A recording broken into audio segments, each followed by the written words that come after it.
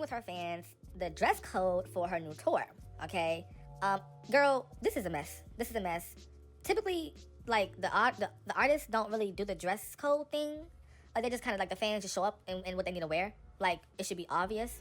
But Cardi B's era does not have a specific theme. It's just her in that red dress and that bird. So like, you know, nobody really knows what to wear. Nobody really knows what's going on with this era because it was a very trashy era in terms of aesthetics because the album itself is all over the place. So, you know, she has to verbally say what the theme is for the tour. And people are like confused because she's giving these really weird instructions for the tour. Like she has different cities wearing different outfits. She's just making it very complicated. No pun intended, but she's making it very complicated. And it's like, girl, what are you talking about? Let's go ahead and play the clip. Her fans are very confused right now. Hey y'all, so okay, so I'm getting overwhelmed with these questions about what are we wearing for tour. And to be honest, so I kind of came up with something because like I don't know if you guys want to play a game with me and I don't know, like I was thinking like maybe like New York we could go Met Gala theme, like everybody's just like dressed up nice or something like that. And probably like in California we could do my schoolgirl looks or I don't know. And then some states like it's like okay like Chicago, everybody could wear, I don't know, red, and then like in Florida, everybody wears yellow, and then in one, everybody could wear pink, or like in one state, everybody would wear black. Like, let me know if you guys want like a list of like all the states and like what color or theme should they dress, because I really don't know, like, you know, I'm not like a person that like have just one look. I know I like to like do different stuff. I don't know, what, this is y'all tour, this is y'all tour, this is the Cardi tour, but this is y'all party, like, this is our party, so let me know what you guys want me to do or what you guys suggest. Cardi, first of all, you're doing too damn much. Who the fuck is wearing Met Gala dresses to a Cardi B tour? Your tour does not require that much high, exquisite fashion taste. Calm the fuck down. You're doing too damn much, number one. Number two, girl, why are you doing 3 and 4 different categories for different cities? That's just gonna throw it off. What you should do is just do your little schoolgirl outfits, your little schoolgirl slutty outfits you be wearing. Have everybody wear that. Just make the outfits be that, and just make everybody wear like schoolgirl stuff. But even then, girl, I don't know. Or just have everybody wear red and black for your album cover. Like, you're doing too much. Some damn Met Gala. Girl, Met Gala. Girl, you know damn well your tour, they're gonna be coming up there in hoochie shorts, thongs, bikinis, them BBL skirts, some 304 outfits. Girl, you know doggone well nobody's coming to that tour in some Met Gala clothes. If they do, it's gonna be a sheen rhinestone skirt, and as they walk into the venue, this gonna be peeling off and falling off the damn fabric. Stop. Nobody's wearing Met Gala fashions, okay? Now, me personally with this tour, girl, you have the last thing you need to be worried about is the damn fashions or the outfits or the dress code, okay? What about ticket sales? What about sold out? What about audience seats empty? What about low attendance numbers? What about canceled shows due to low enrollment? What about promotion? What about canceling? Cardi B just admitted what multiple people said and got dragged for months ago. The lady is in debt. Well, not in debt. She's not in debt, but she went over the budget. So now she has to pay the label back. And everybody wanted to say, no, she doesn't. Yes, she does. And the tour is over budget because people aren't buying the tickets. They're not selling out. Well, this was all foreshadowed, but I wish she didn't come online and say that because it's looking like she doesn't want to do it. It's looking like she wants to get out of it. Moving on to Tyler. Tyler Chanel will officially impact U.S. pop radio on January 13th, okay? And everybody is gagging right now. The Tigers are gagging right now. They're choking on their... Never mind, let me stop. Somebody said the label actually hates her because what took so long? Y'all, I think it took long because I think y'all are forgetting this is what real hits do. Y'all are so used to manufactured success and manufactured radio hits that y'all don't know what it looks like when a real song is actually getting natural traction. Music is never supposed to immediately go to radio. That's payola. That's payola. Okay? When a song is rising naturally with the fans and people naturally like it on streaming platforms, people are naturally, you know, doing their thing on TikTok with it, people are naturally sharing it out, that's how it's supposed to be. Then you put it on radio. A lot of times these labels are just spamming songs on radio and there's no impact. That's why you see a lot of songs on the chart right now that nobody knows. It'd be these random songs that get dropped by people that nobody cares about. But when y'all see a song actually getting traction and stuff, y'all don't know what that looks like because y'all are so used to the manufactured way. Also, I do think that Chanel was going to be on radio regardless. It was going to be on radio regardless. But we got 3 days until it hits radio. So U.S. pop radio, that's a very big audience. Pop radio is not a small audience. I can see if it was rhythmic radio or urban radio. That's a bit more smaller. But pop, oh, her song finna go up. Her song finna go up because the pop radio stations, you know, those stations, they also tend to play the songs a lot over and over again. Like they play songs over and over again. So she gonna have a massive radio audience. I don't know what it is about pop radio, but they always keep the same exact 10 pop songs on loop. Now, this song isn't really pop, but it does have that pop feel to it. So it can kind of appeal to the Americans. You know, the Americans gonna like this song on radio. I mean, the Americans already do like this song, you know, despite their hate for her. People like this song. They do. I can't wait to see how this song does on the Grammys. We need award show performances. We need her to perform this at the award show Grammys this year, Tyler. If Tyler does not perform at the Grammys this year, if Doechii does not perform this year at the Grammys, I'm gonna be mad. I'm gonna be upset because those two girls can perform for me. Like, give me the show, give me the hit, pow. Moving on to Saweetie, Dionne Warwick, and Maya. They are set to join forces on a new song focused on climate change awareness, Variety reports. Okay, so they're going to be recording a new version of the Deanne Warren penned song "One Heart Can Change the World," as titled from the forthcoming film Voice of the Forest. But in my personal opinion, these three people on one song is very random to me. Saweetie and Dionne Warwick on one song. What is going on here? Okay, I don't know if I want this. I might have to pass on that one. Okay, I'm gonna have to pass on one. But I do think that Saweetie, she needs to come and get her bag because this is what she needs to do. So I'm pretty sure she's gonna earn a coin from this because allegedly she be out here selling her cooch. That's what the streets be saying. I can't prove it. That's what the streets be saying. They saying she a 304. And me personally, when I see Saweetie, I'm not surprised, girl. You got no tours going on. You got no hits out. You got no brand deals. You got no, what else she gonna do? What else she gonna do? If I was pretty too, I would use that for my advantage, be a celebrity, girl in the streets. I would do that. I'll be a celebrity freak, a little celebrity little girl who get her coin. Cool, period, girl. You pretty. But Saweetie dropped the bag because she could have been doing a business deal or a business product. She could have been in her Fenty bag. Her Fenty makeup type of stuff or Icy Girl apparel, Icy Girl wear. And she could have sold Icy Girl clothes and Icy Girl chains and Icy Girl lipstick and what happened? That would have made her millions of dollars by now. I don't know what happened. She did say she had a lip gloss line coming out, but I don't want that. If I want lip gloss, I go to the beauty supply store or go to Fenty. Leave me alone. Oh, child, it's not looking good for Offset or Selena Powell. They got themselves in this beef. You all know that Selena Powell posted Offset link up with her in the bed, and it caused quite the conversation online. People were talking about it and clowning Offset, clowning her. But I think Offset is just a freaky demon. He needs to heal those demons inside of him that makes him so lustful.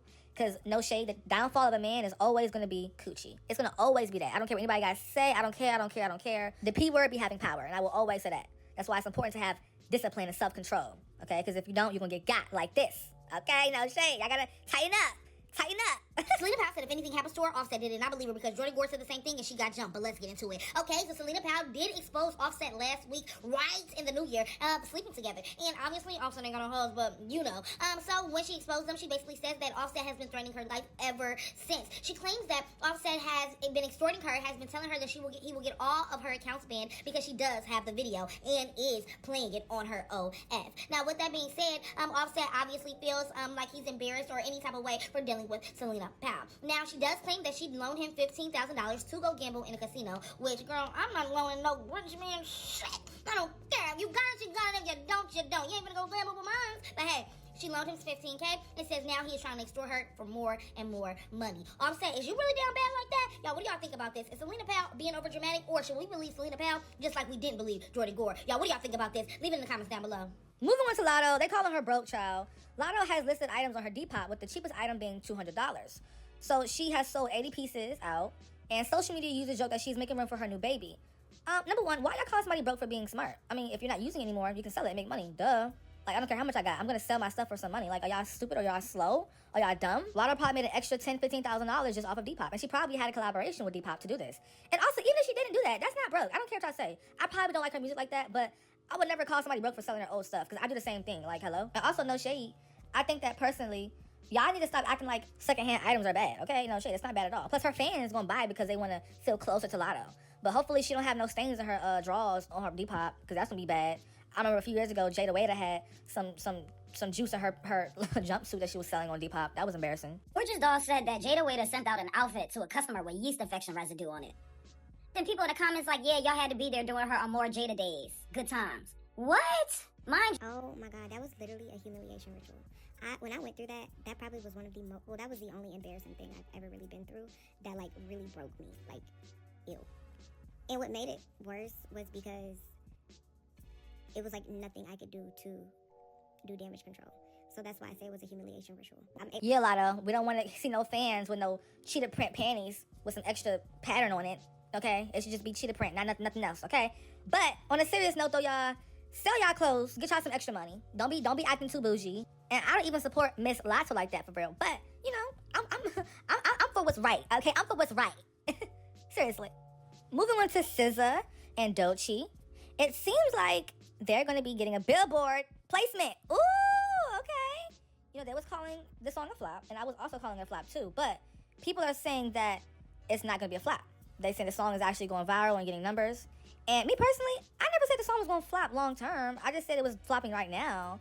But I did also say that the song is just for a certain audience. I never said it was going to be a flop overall. So don't try to clock me. Because what y'all do sometimes, y'all DM me on Twitter and be like, haha, you was wrong. Bitch, shut up. I'll strangle you. But also, me personally, though, I do think that Doechii is going to have a big year this year. I don't care what she charts, what she doesn't chart.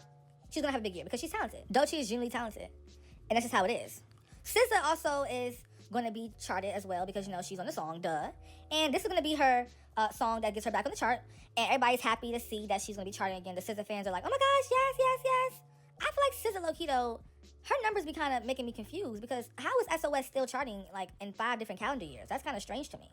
I don't know. People are saying she used payola. I mean, everybody say the TDE people use payola. I mean, I think everybody knows that. That's just how it is. But I think bots in itself are just dumb because bots don't make sense because no shade, baby, the bots. It's like we can tell it's fake. Eventually, we're going to know it's fake because we're going to be able to see who's actually buying and who's not. So you got all these damn fake-ass streams. We know it's fake. We know it is. For real. Okay? But, TDE, y'all got to stop with the bots, y'all. Stop with the bots. It's not a good look for y'all. Okay? If I see one of y'all at TDE with another bot, you'll be strangled. Okay, I'm giving you Popeye's biscuits. Moving on to Reginae and R. Kelly that did an interview. And R. Kelly's daughter, Buku Akabi, says that she still loves her father despite alleging that in 2024, he SA'd her as a child. Oh my God, I will never love you again. You can burn, for all I care. You can burn. What? You think I'm gonna love you still, huh? You was crazy, girl. But I get it, that's her father, so she has to have, well, she doesn't have to have any love for him, but she has to have some sort of respect for him, I guess. But that's disgusting to me. Very disgusting, very nasty. And you know what's sad is that this is very common in girls. A lot of their fathers be doing stuff to them. And I always found that very weird and disgusting. Like, you men are disgusting as hell. Y'all are like animals. Like, it's sad. It's very sad. A lot of men are like animals. They're just disgusting, nasty creatures. And I just can't stand that. Because I feel bad because these girls got to live with all this trauma now because they father want to be doing stuff to them. That's disgusting. But I'm sending her healing energy. I don't think Reginae was a good person to interview because she wasn't really quite... I don't know. She just don't seem like she really was understanding what she was talking about in terms of the interviewing dynamic. Like, she wasn't really a good person to interview this type of stuff, this type of content for. Reginae's only good for interviews involving, like, shallow stuff, and, like, fame and stuff. But, like, when it comes to, like, real trauma, Reginae, girl, she didn't do good to me. I'm sorry. I'm just being real. Ow, wow, wow, wow. Moving on to Nicki Minaj and the Barb's Bardi Gang. A lot of Bardi Gang has been I've been telling y'all on my channel that they have been saying that Cardi B's Am I, the Barney tour, is going to be outdoing PF2. But the Barbs brought up some receipts. They said, psych ho, you botched clown.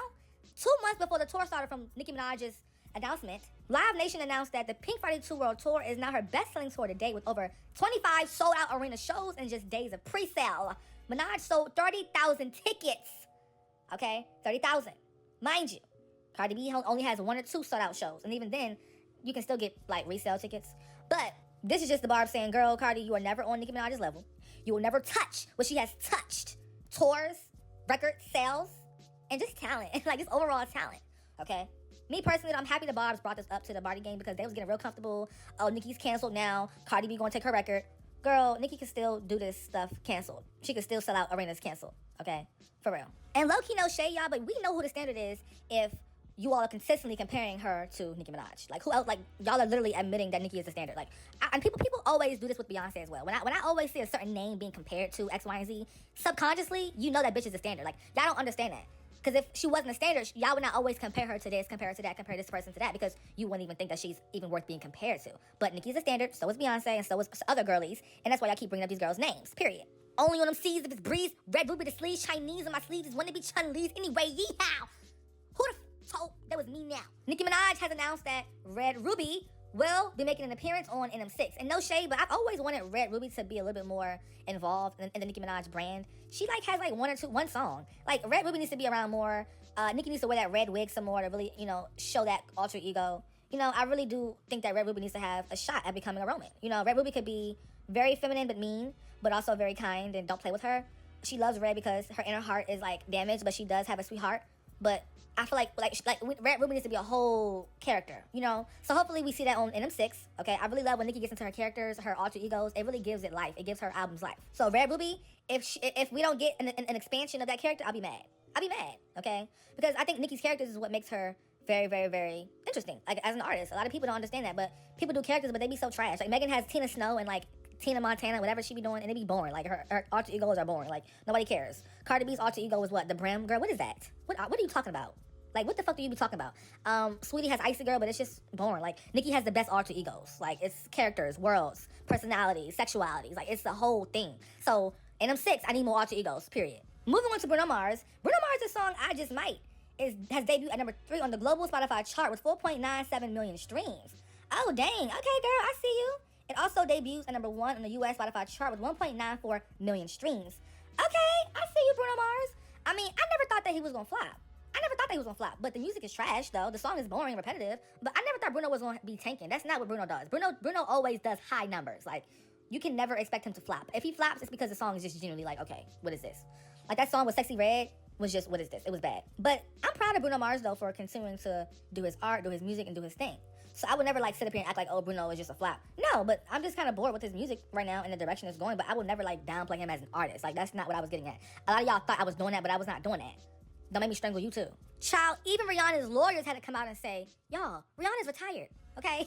Rihanna's lawyer has announced and came online and was basically giving to the different blogs and telling the news reporters that Rihanna has declined to perform in Brazil. It was this big rumor going on a few weeks ago that Rihanna was going to be having this major show performance in Brazil. And, like, her lawyer said, no, boo, that's not happening at all, okay?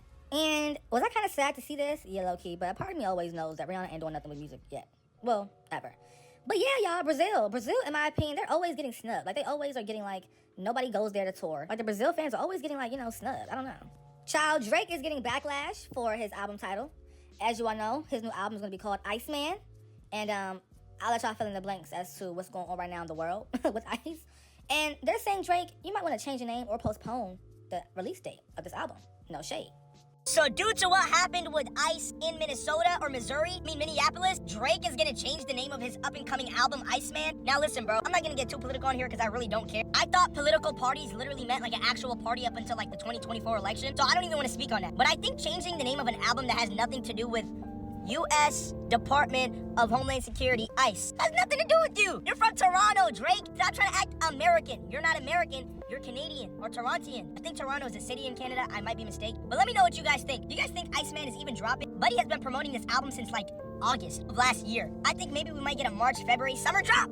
But I really don't know. We're almost at 30,000 followers. Can we get this video to 6 or 7? Yeah, just like the video, please. I love you guys. Other than that, follow me. Let me know what you guys think of this. Do you guys think Drake is actually gonna change the name of his album? Follow me.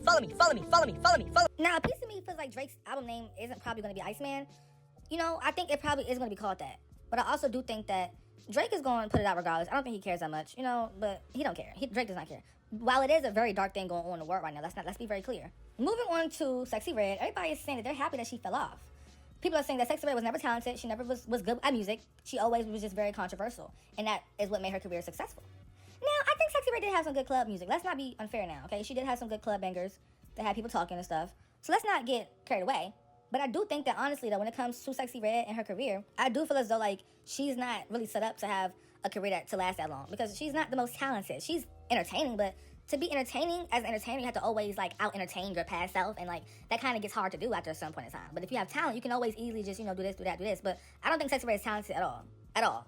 Like, I could have gotten a song and said what she be saying. Okay? But I don't know. I'm not happy she fell off, but I'm happy that we're not going to accept bottom tier. I feel like bottom tier, low talent is kind of getting phased out right now. The music industry is going through a new era, a new moment right now. So I'm very happy to see where it goes. But do y'all feel like she fell off or not?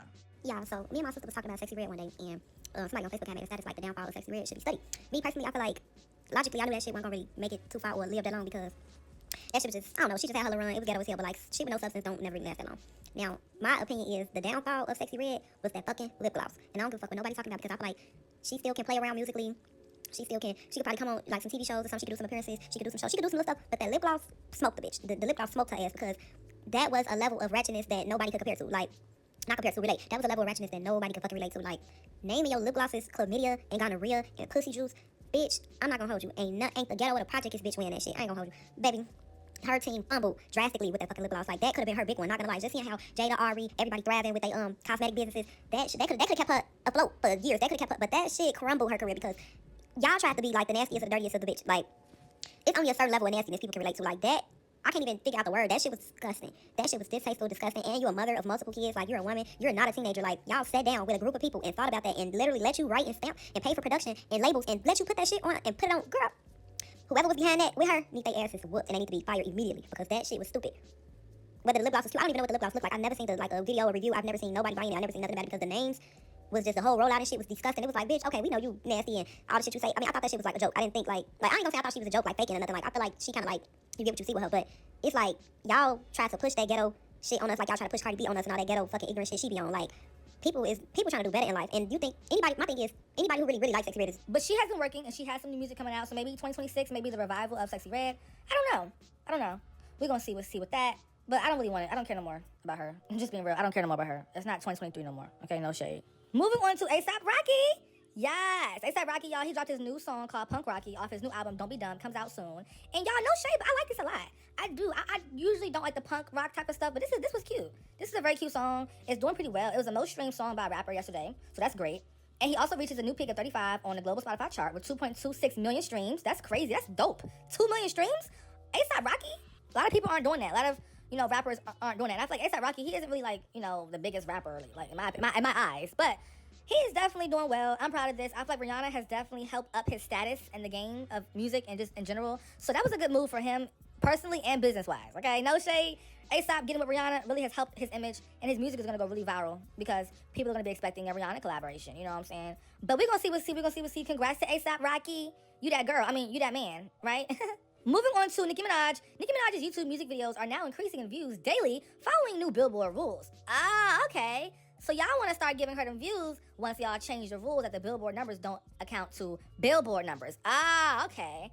I see how y'all get. Y'all are very calculated here, okay? Now, me personally, though, I don't know if this is intentional. I don't know if this is what's really going on behind the scenes. Like somebody press a button and say, okay, give Nicki her views now. But it's a bit fishy, though. It is a bit fishy to me, in my opinion. And that's no shade, okay? But congrats, Nicki. Nicki, this is your sign. Drop some music videos soon. This is if you don't have a sign, girl, take this as the sign. Okay? Sometimes signs aren't as obvious, but this one is obvious, girl. Nicki, this is very obvious. So let's clock that T, okay? Y'all, I'm ready for this new era. I keep telling y'all this, I am. Even if it's delayed, I don't care. But I'm ready for this new era, all right? I just hope that by the time the new era is out, no more drama. I don't want drama. I know Nicki, speak your mind, cool, fine, but please, let's just focus on the music when the album comes out, y'all. I don't want no tea. Nicki is too talented, way too smart for us to be focusing on her drama when the music comes out, okay? Can we all agree to, just focus on the music? Okay? If we, no shade, all right? But let's talk that shit. As you all know, the Migos group has completely fell off. Ever since Takeoff died, it's been like crickets for them.